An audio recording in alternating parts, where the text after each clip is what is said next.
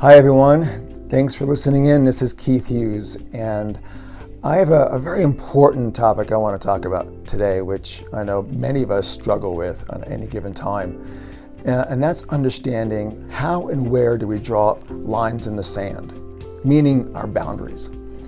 I know it might be clear of how we do our physical boundaries, right? Where we decide to go, who we're going to be with, what we're going to watch, what we're going to see, who's getting close to me, who's not getting close to me.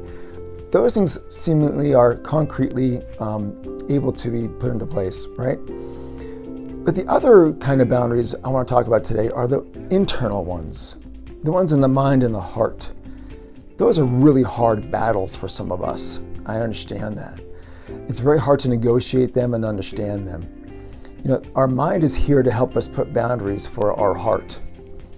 And it's learning how to do that trick of setting the boundaries in here and in here so life can work. They're really hard to do. For instance, when life is happening around us and to us with what people say, what people do, what we watch, what we hear, we can get caught up in personalizing things too much.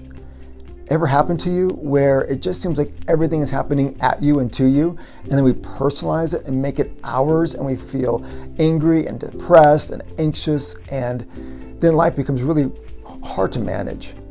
That's because we're not understanding that there's a difference between what's happening around me versus what's happening to me. Two different things.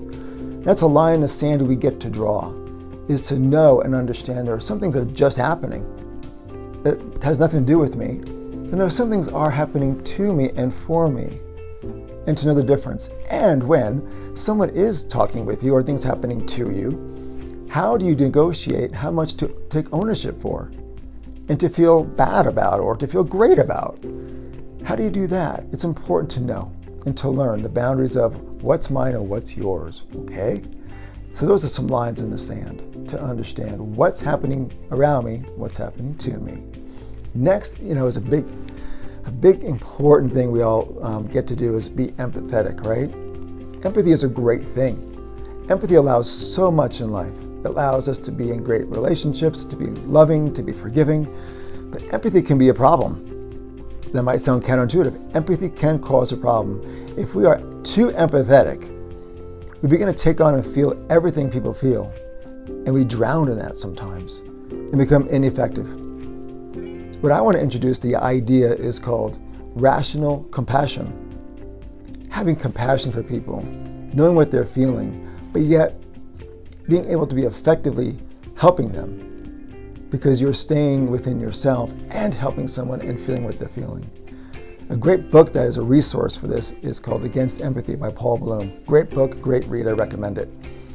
I want to encourage us to consider how to become empathy without owning their feelings.